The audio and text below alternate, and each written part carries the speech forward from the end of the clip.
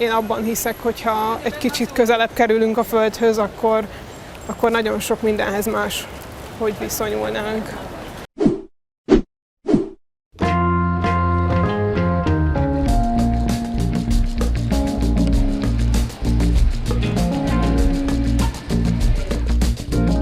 Kutatók, alkotók, performance és képzőművészek a talajokért. Erről szólt a Budapest belvárosában megrendezett Földelész című előadóest, mely egy tudományos művészeti kollektíva, a Soil Society Ski Art bemutatkozó előadása volt.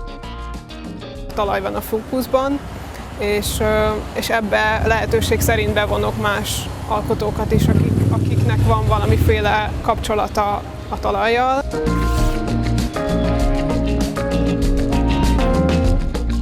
A talajokkal kapcsolatos dokumentumfilmek vetítésével indult a délután, ezt pedig egy interaktív olvasókör és beszélgetés követett a piszok filozófiájáról Olli Lagerspec könyvének inspirációja nyomán.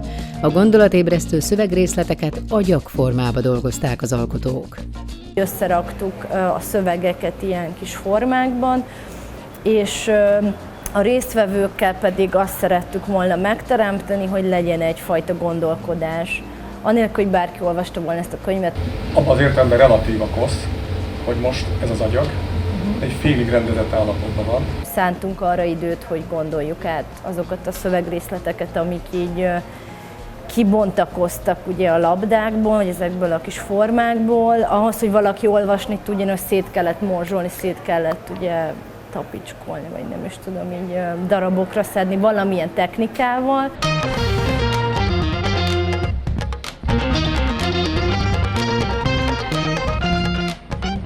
Most talajt varrunk, pamut anyagból, könnyebben lebomlik a talajban, és egy ilyen művészi kifejezés. A talajvarró workshop inspirációját a kiterjedt gyökérhálózattal rendelkező rizómás növények adták.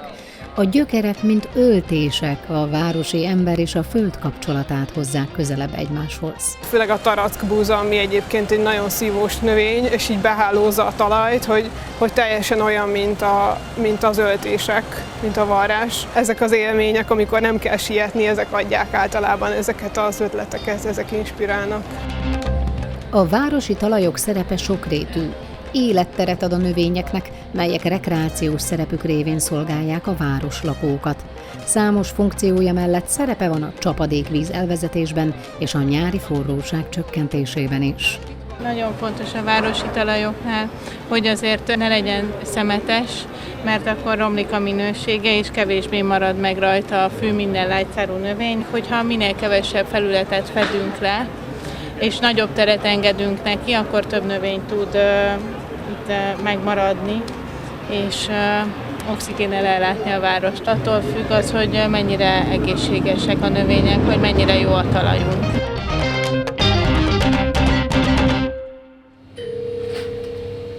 Az anyaföldhöz, az ember saját gyökereihez való viszonya inspirálta a Szülőföld táncszóló előadást.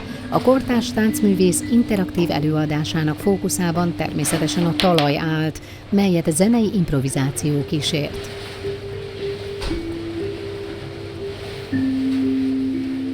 Gyöngyösön nőttem föl, tehát vidéki vagyok, és szerettem volna azzal a talajjal dolgozni, ami onnan lett kiásva, átadni magam annak, hogy ez a talaj ez mit tud kommunikálni rajtam keresztül.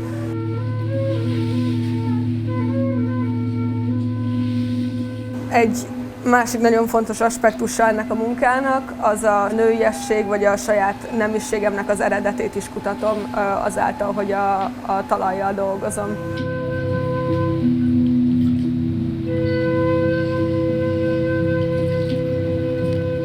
Elkezdtem feszengeni, amikor előkerült a föld. Aztán elkezdtem feszengeni akkor is, amikor stresszeltem oda, hogy lehet, hogy koszos leszek, meg ilyenek. Nagyon élveztem magát a zenélést, végén elkezdtem érteni az ívet.